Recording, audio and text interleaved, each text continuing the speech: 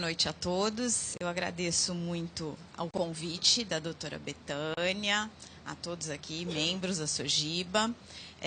Só complementando o professor para vocês todos entenderem, a minha formação é dentro da Escola Paulista de Medicina, na Unifesp, né? Fiz toda a minha carreira acadêmica lá dentro. Hoje trabalho num laboratório parceiro da doutora Betânia, aqui do DNA. Então, tenho uma formação de 16 anos dentro da ginecologia na Unifesp, né? Vou falar um pouquinho para vocês, né, da triagem neonatal não invasiva, né? Tentar passar para vocês o que é essa visão que se tem hoje. Óbvio, tudo é questionável, professor, e assim a gente sempre, a ciência caminha dessa forma. A gente não vive com verdades únicas, né? Cada vez mais a gente caminha nesse sentido. Perfeito. Então, aqui eu coloquei um overview dos tópicos que eu vou abordar rapidamente para todos, para vocês terem uma ideia para onde nós vamos. Vou falar um pouquinho dessa questão histórica dos testes pré-natais lá atrás. Então, vindo do passado até o que a gente chega hoje nos exames não invasivos. O que é esse NIPT? Quando que a gente pode indicar esse NIPT? Quais são as situações em que todos se deparam para a indicação desse exame, né? As opções de testes que a gente tem aí, que podem ser oferecidos, a tecnologia de análise que é feita para esse teste, como interpretar os resultados, que é uma das coisas que muitas vezes as pessoas se questionam muito ainda hoje, né? E um comparativo de alguns dos testes que existem aí no mercado, e é bom porque assim a gente pode discutir em cima disso, tá? Então, falando um pouquinho dessa parte histórica aí. Voltando lá atrás, eu vou fazer uma lembrança aí, lógico, todos vocês fazem parte disso, né? Mas só para a gente rever. De meados de 70 a 80, né? O que a gente tinha é que as mulheres com idade avançada, pensando em termos gestacionais, porque 35 anos é a idade avançada para gestação, né? O que elas tinham realmente era o diagnóstico invasivo. O que a gente tinha de opção naquele momento era somente diagnóstico pré-natal invasivo. E esses diagnósticos, eles detectavam, em média, 1/3 dos casos para síndrome de Down. E 2% desses diagnósticos se observavam as anomalias cromossômicas. Bem, isso lá atrás, entre 70 e 80, né? Inclusive, aqui está o nosso gráfico mostrando que na faixa, quanto maior a idade gestacional, maior a presença da síndrome de Down, que é o que todos nós já sabemos aí.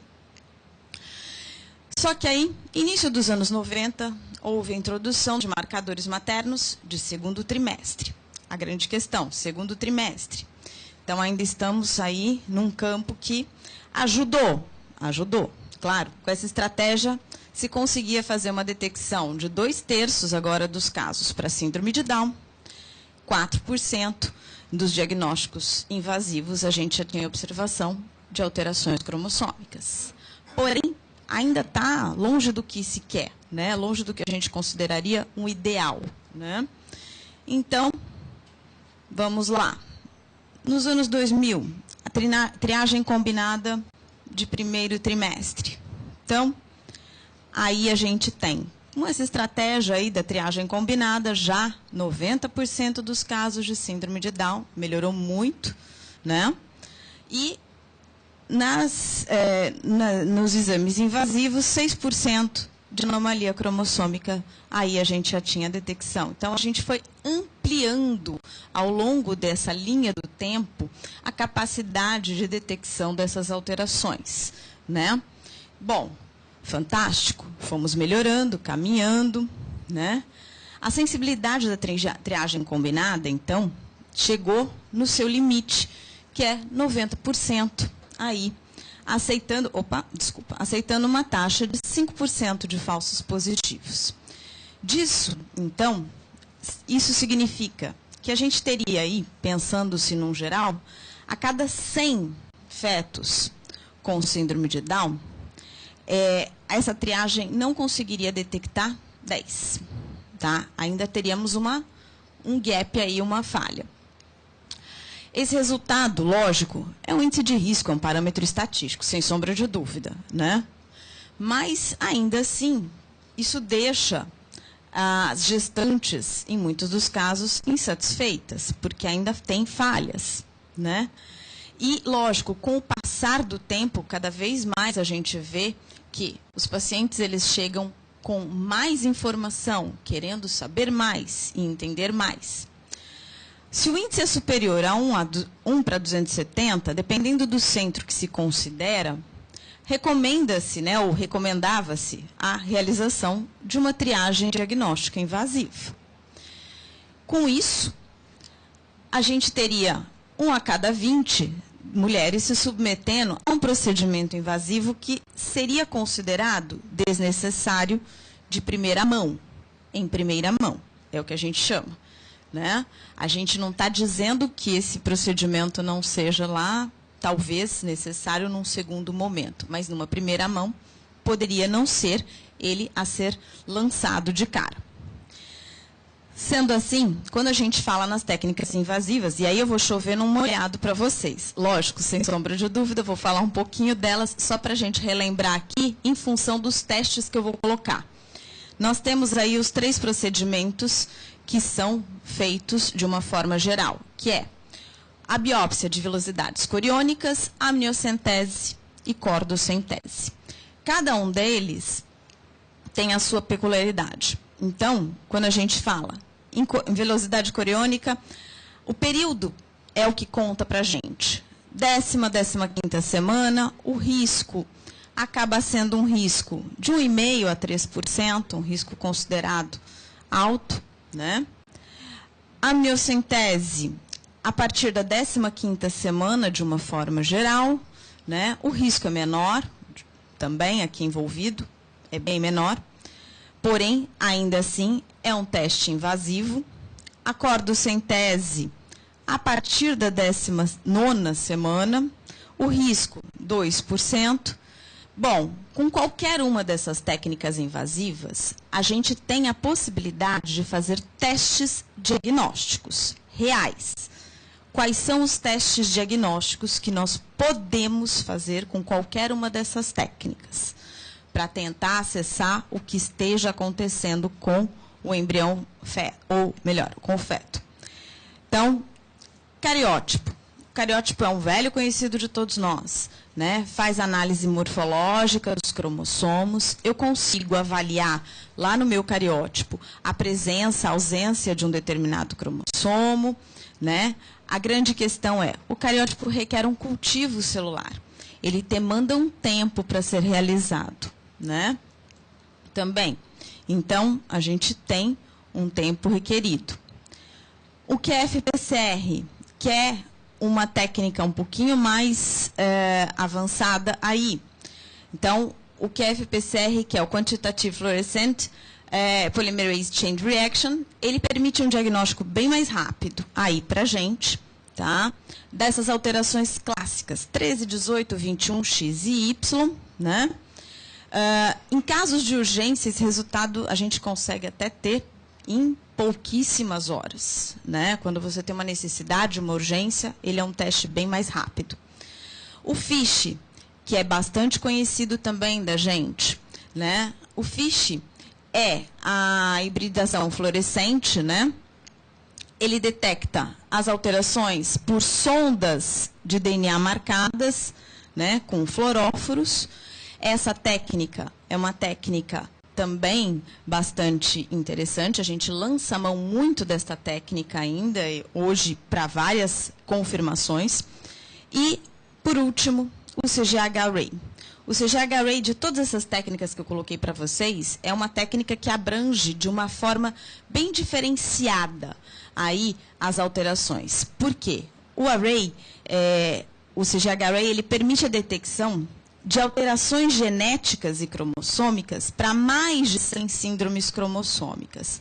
Bem mais até, tá? Eu diria que em termos de amplitude do que a gente poderia esperar para pegar aí, esse é o exame que tem a maior amplitude. Porém, também, dependendo do que você está, da forma com que você fez a coleta lá do líquido amniótico, do tudo tal, ele não é um resultado tão rapidinho assim. Ele vai mais ou menos, ele caminha mais ou menos no mesmo tempo aqui, ele caminha no mesmo tempo que o meu cariótipo aqui. 10 a 15 dias o CGH-Array para a gente ter um resultado efetivo e real, porque ele demanda uma análise muito cuidadosa, tá? Bom, então, para qualquer uma daquelas técnicas, seja coleta de velocidade, amniocentese, cordocentese, eu tenho a possibilidade de lançar mão de qualquer um desses testes diagnósticos, tá? Sem sombra de dúvida. Eles dariam a confirmação para mim, eu teria 100% de confirmatório, tranquilo e calmo. Só que, aí, o que acontece é que conforme a gente vai caminhando e a gente vai ganhando novas tecnologias, surgiu-se a questão e a possibilidade da gente fazer uma análise desse material do bebê sem ter que fazer um acesso tão invasivo na mãe. E aí, criou-se esse exame chamado NIPT. Tá?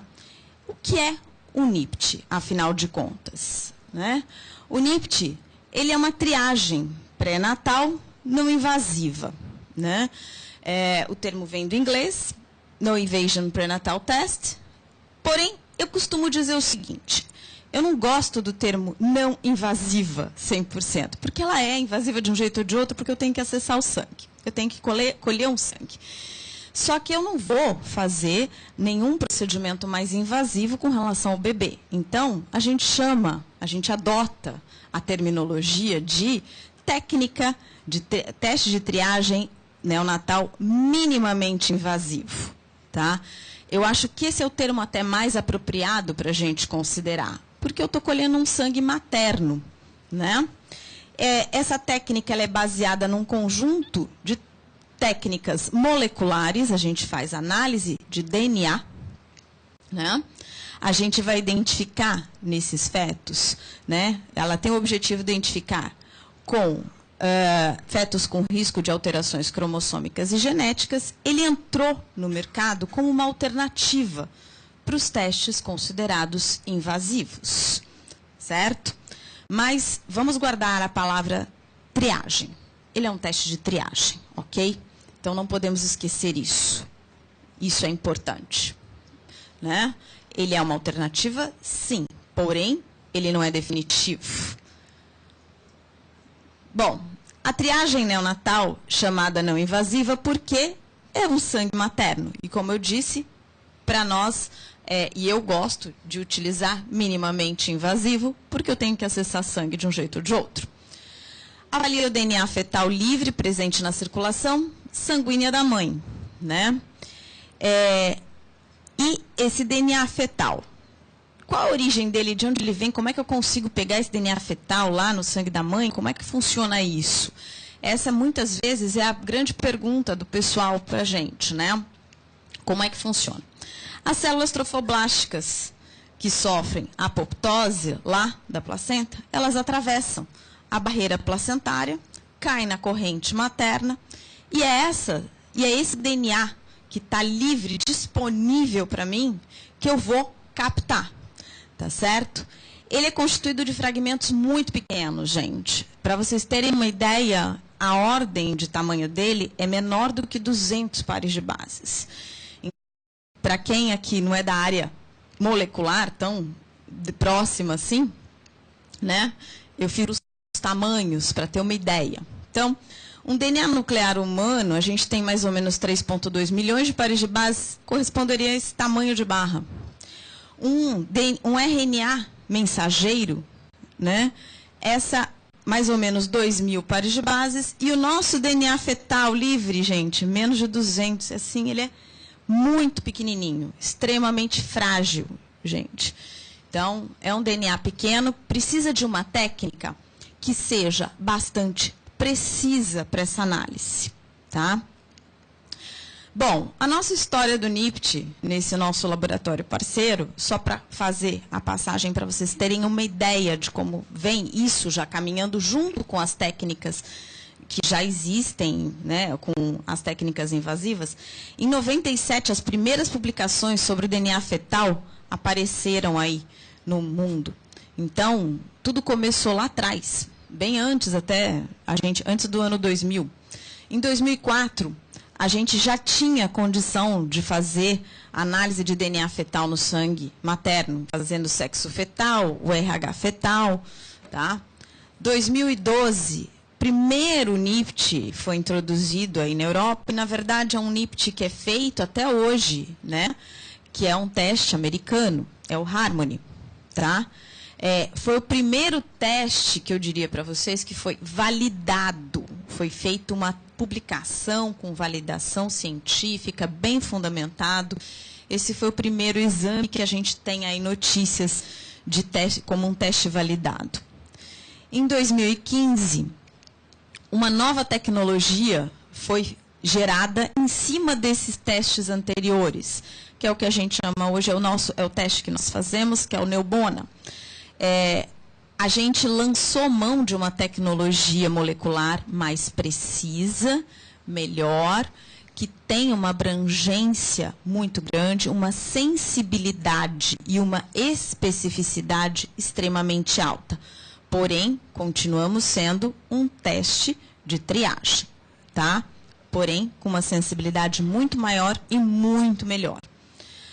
De acordo com todos os avanços que nós tivemos, né? De 97 até 2015, vamos assim dizer, temos um salto muito grande aí tecnológico.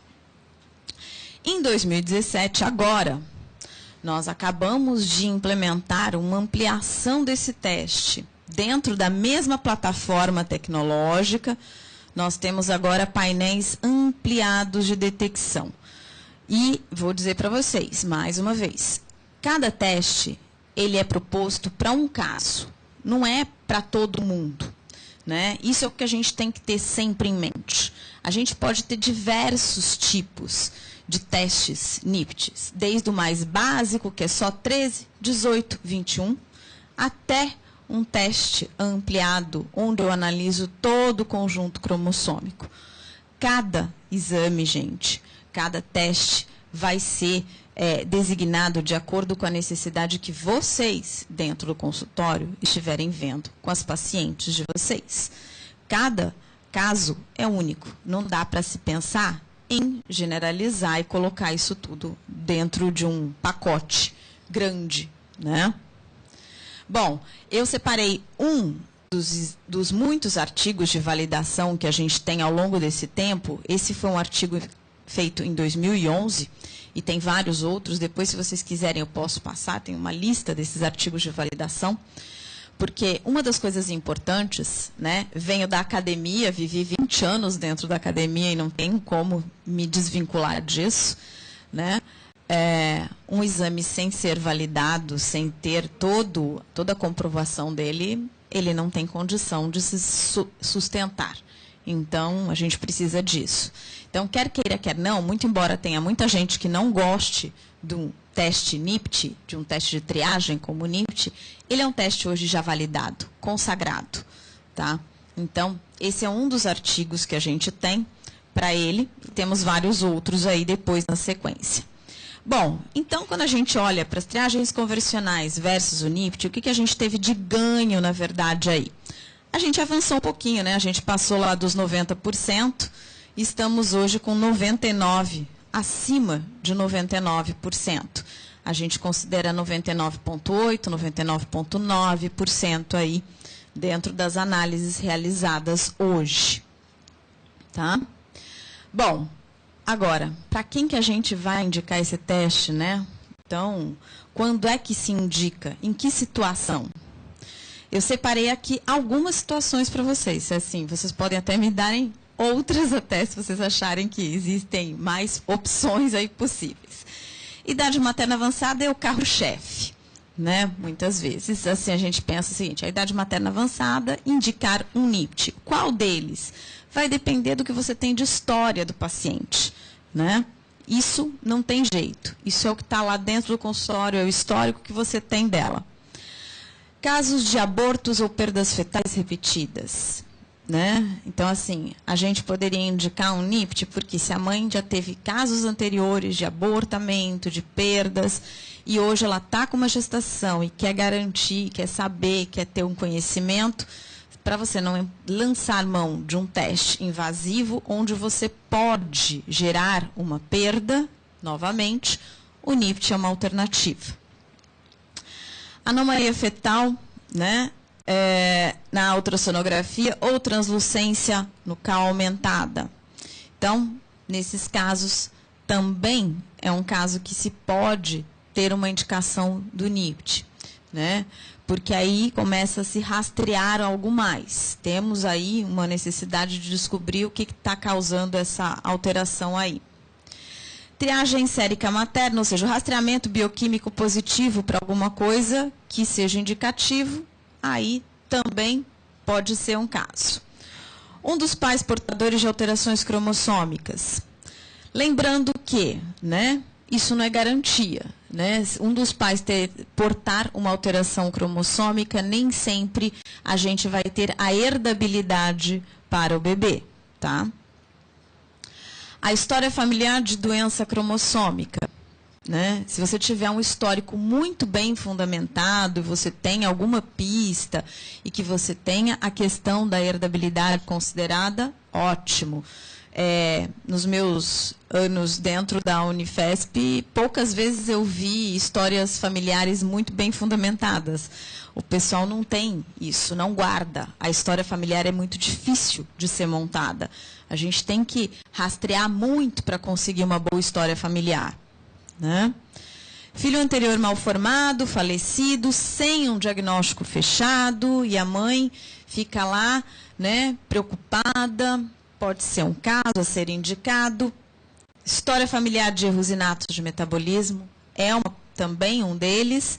E completando tudo isso, que é o carro-chefe número 1 dos dias atuais, a ansiedade materna excessiva. Porque cada vez mais eu vejo que as mulheres têm uma ansiedade absurda. E cabe a todos que estão dentro do consultório lidando com estas gestantes cuidar também dessa ansiedade, dando um pouco mais de calma para elas, né? Porque eu vivencio isso no dia a dia e vejo o desespero delas por essa questão. E vou dizer para vocês, não tem necessidade desse desespero e dessa sangria toda que elas colocam, né? Elas precisam também pensar que elas precisam ter calma. Vai fazer um exame desse, vai ter um resultado. E aí, o que vamos fazer com isso? Né? Essa é uma outra pergunta. Bom, ele pode ser realizado a partir da 10ª semana, ou seja, na 10ª semana, ponto 0 lá, já pode ser feito. Gestação gemelar? Pode? Pode, mas gêmeos assim, considerando somente 2. Não dá para ser trigêmeos, quadrigêmeos, nada disso. 2, é gemelar mesmo. Em caso de reprodução assistida, é possível, incluindo fertilização in vitro, com doação de sêmen, doação de óvulo, isso não importa. O exame pode ser realizado também, tá? A gente pede esse intervalo inicial de 10 semanas pela simples razão de que eu preciso ter aquelas células em apoptose. Menos de 10 semanas, gente, eu não tenho garantia de que essas células em apoptose chegaram na corrente materna e eu tenho elas lá disponíveis, né, esse DNA disponível para mim, né? Então, essa é a nossa garantia. Aí vocês podem perguntar para mim, e a partir daí, tem uma data limite? Não, não tem. Se ela quiser fazer até a 30ª lá na frente, só para saber por desencargo de consciência dela, pode. Não tem um limite a partir daí, tá certo?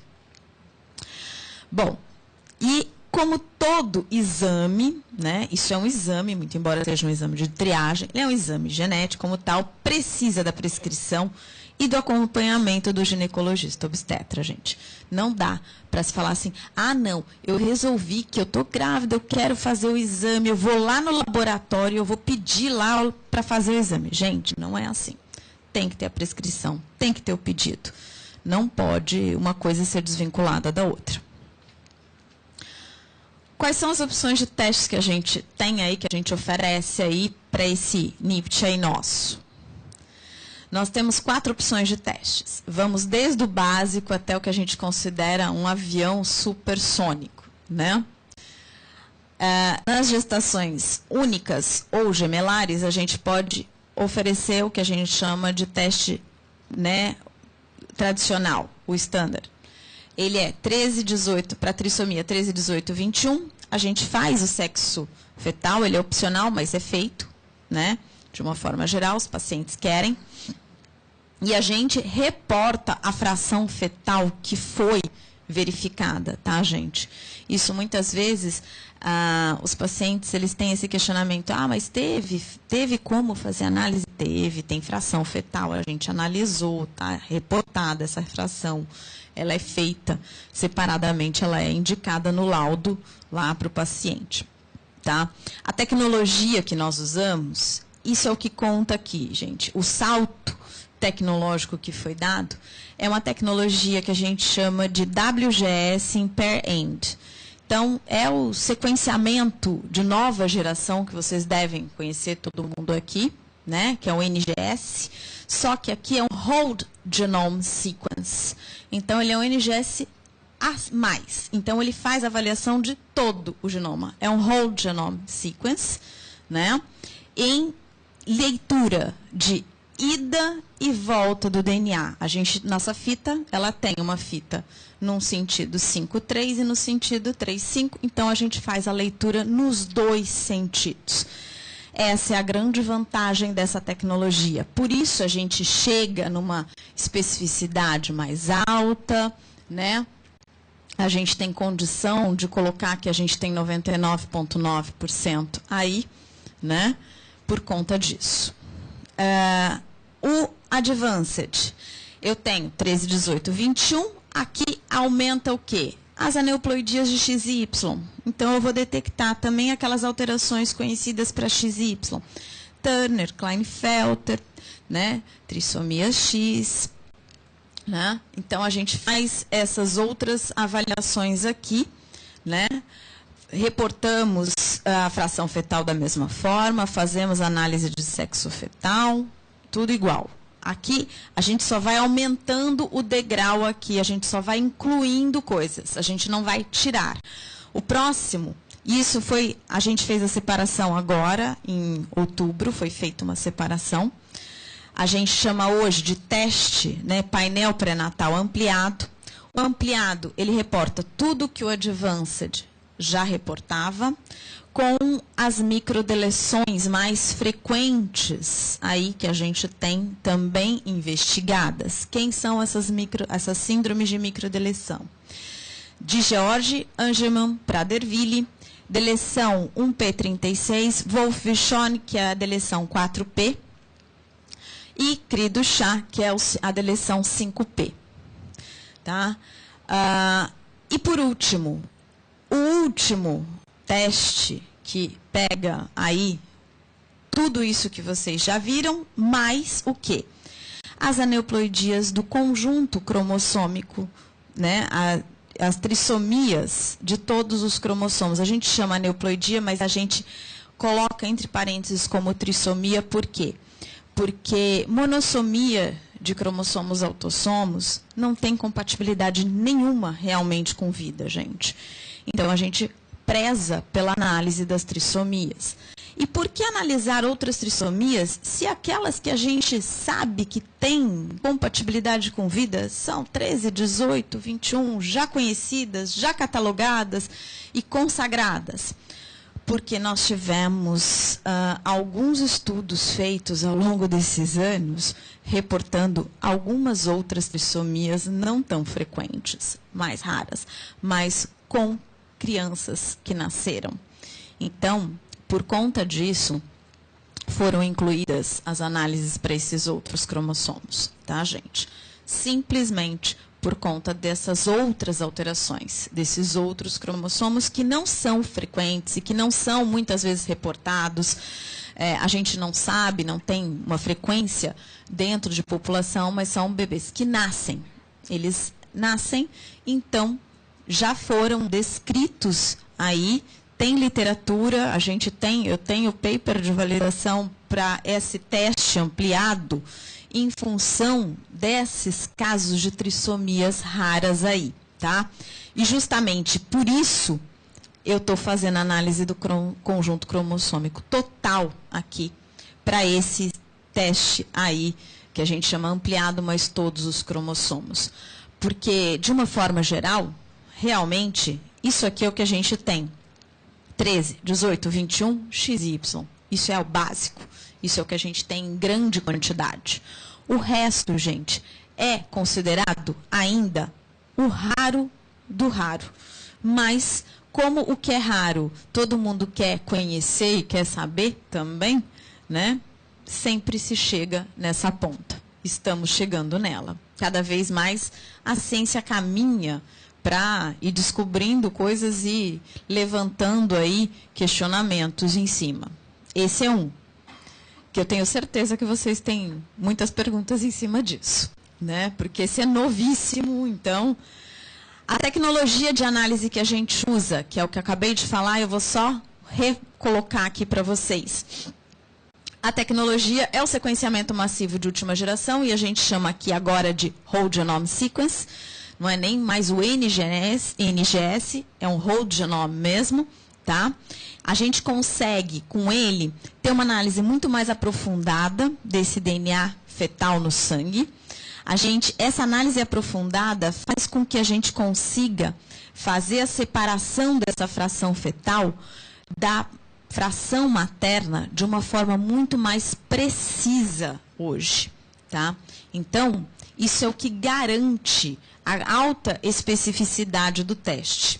Então, só para vocês terem uma ideia, no fluxo de processamento dentro do laboratório, que como eu sou geneticista e molecular ainda, meu negócio é um laboratório, sem sombra de dúvida. Então, as amostras vão para uma extração que é feita toda automatizada, gente. Então, assim, não tem... A mão humana, ela para aqui a hora que a gente coloca dentro da máquina. A gente só faz... A mão humana transfere e programa as máquinas, né? Feita a parte de separação. E aí, a gente faz, a partir daí, todo o sequenciamento aqui nas máquinas, né? Tira da extração, vai para um sequenciamento, a gente faz o sequenciamento, isso é feito uma análise automática e é gerado o laudo lógico. Tudo isso tem que ter a mão de algum especialista, gente. Isso não é feito sozinho, né? É automatizado, porém, o especialista está lá para olhar, para ver se foi feito da forma correta, se foi gerado o programa correto. Então, isso tudo precisa de um especialista lá dentro, né?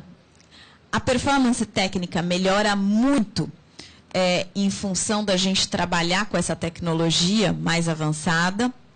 Então, a gente consegue a tecnologia single read, que a gente chamava, né? A single read é leitura num único sentido, né?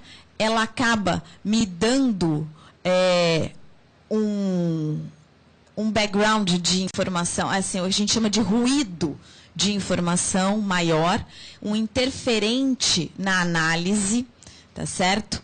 A per-end e o algoritmo que foi desenvolvido para análise desse whole genome em per-end ajudou muito a gente a fazer a separação desse ruído. Então, a gente hoje consegue avaliar isso com uma precisão muito maior, tá? Então, melhorou muito a performance da tecnologia em função disso, né? Essa é a maior vantagem dessa tecnologia. E justamente aqui, então, eu coloco para vocês que de tudo isso, né, a precisão na análise, a determinação dessa fração fetal de uma forma mais precisa, né, a discriminação dos casos de trissomia e euploidia de uma forma bastante apropriada. E o que eu acho que é a grande vantagem aqui realmente dessa tecnologia em per-end é a gente conseguir resultados fidedignos com frações fetais abaixo de 4%. Tá, gente? Porque a grande maioria dos problemas dos NIPTs hoje ainda são quando você tem frações fetais que estão em 4%, a maioria não pega, já não pega. Tem que ter de 4% para mais. Então, essa nova tecnologia trouxe para a gente uma vantagem muito grande, que é pegar frações fetais muito pequenas, né? Eu diria para vocês assim, então, mas se pega com menos de 4%, uma gestante em 9 semanas, não daria para fazer esse teste? Será? Com toda certeza, eu creio que daria. A gente ainda tem uma margem de segurança. Eu mantenho uma margem de segurança ainda em 10. Tá? Mas logo, logo, você pode ter certeza que eles vão mudar para 9 isso. Então, por quê? Justamente a gente hoje melhorou muito a performance técnica. Então, aqui, sensibilidade e especificidade, só para a gente colocar aqui, pontuar mais uma vez, né? Para cada uma das trissomias comuns, a gente faz uma análise em separado, para vocês verem que quanto mais frequente a alteração, né, vocês vão perceber que a especificidade e a sensibilidade são maiores, né? Quanto mais rara, ela acaba diminuindo um pouco mais, né? Porém, na verdade, a gente mantém todas dentro de um parâmetro muito próximo. Então, as nossas taxas de falha são o que a gente considera uma grande vantagem também. Elas estão abaixo de 0,1%, gente. E eu diria assim, mas isso é para tudo? É só para as trissomias? Isso funciona também para X e Y, para as microdeleções? As taxas são essas? São. As taxas são as mesmas, tá? Eu costumo colocar as trissomias, que são as principais, lógico, mas a taxa de falsos positivos é para toda análise que a gente tem, tá bom? Como é que a gente interpreta, então, agora esse resultado, né? Vamos lá. O paciente fez o exame. Olha, ótimo, né? Quando vem baixo risco é a maior felicidade, né? Felicidade por quê? Baixo risco para qualquer uma das alterações que foram avaliadas dentro do teste. Isso significa, para aquilo que a gente avaliou, ela está, vamos assim dizer, respaldada em grande parte? Sim. Temos ainda a margem, é uma triagem, lembrem-se, né? A gente não pode tirar isso da cabeça da gente, é uma triagem. Existe ainda uma margenzinha lá pequena que pode ser considerada ainda. Então, caso ainda fique algum questionamento ou dúvida, o médico ainda pode solicitar outros exames e pode partir para os exames reais de técnicas invasivas, com testes diagnósticos que são considerados testes 100% e não triagens. Podem, sem sombra de dúvida. Se ainda ficou margem para alguma dúvida, não ficou satisfeito, ainda ficou aquela pulga atrás da orelha, a paciente ainda está preocupada, sem sombra de dúvida. Mas, repito para vocês, é uma triagem, a gente não pode esquecer, mas hoje com uma precisão, com uma especificidade muitíssimo alta. Casos positivos. Vamos lá.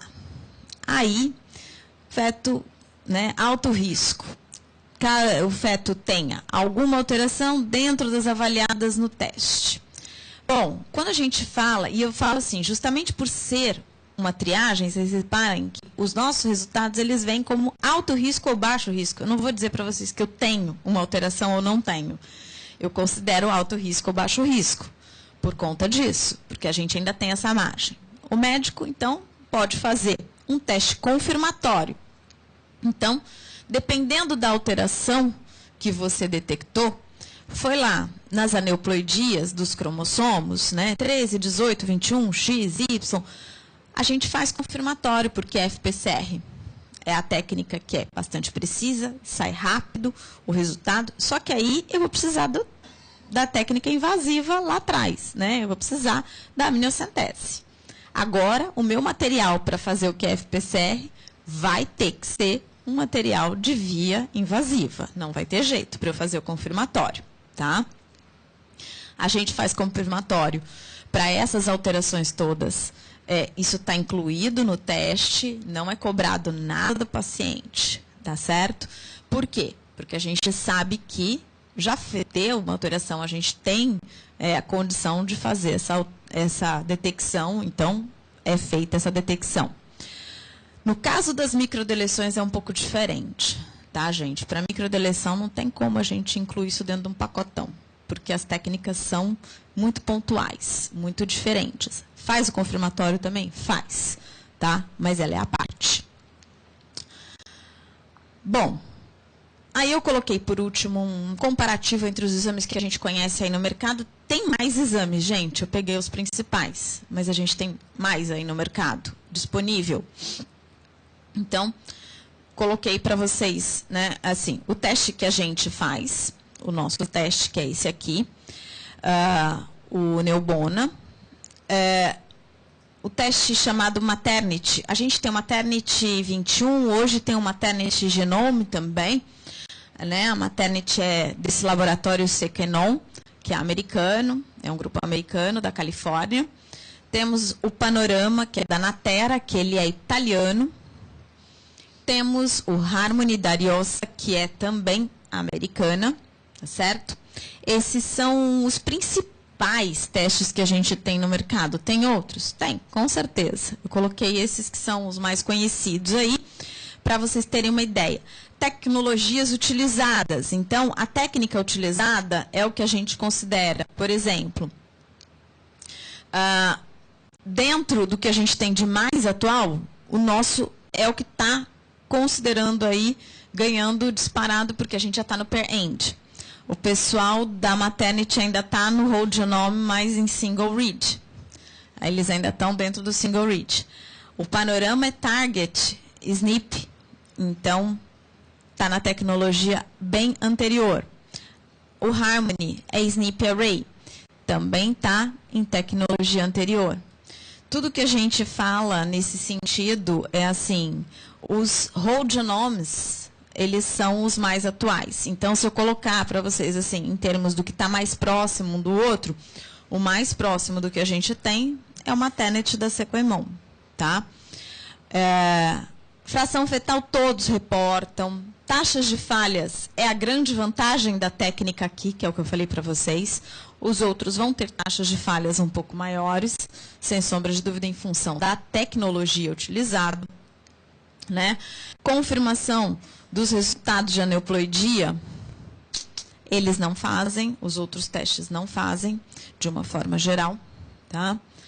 As gestações gemelares, doação de óvulo, todos eles hoje trabalham com isso, sem sombra de dúvida. Foi uma necessidade criada dentro do mercado, em função das mulheres com idade mais avançada lançarem mão de fertilização in vitro. Não teve como todos não se adaptarem, todos tiveram que se adaptar. Análise de cromossomo Y para gestações gemelares, são os dois que fazem. Aqui o Panorama não faz, mas o Harmony também faz. Bom, eu coloquei aqui para vocês um básico de comparativo entre eles. Tem mais coisas aí que eu poderia pôr mais uma tabela em cima aí para a gente falar em termos técnicos ainda, tá? Mas, de uma forma geral, isso é o que mais conta aí entre eles para a gente ter uma ideia. Evidências científicas, que é a última coisa. Eu coloquei os 3 principais papers aqui, que a gente tem de validação técnica, tá certo? Porque, como eu já disse, exame sem validação não dá, ele não se mantém, ele não continua no mercado, precisa de ter validação para a gente seguir adiante, né? Bom, agora fico à disposição das perguntas de vocês e muito obrigada.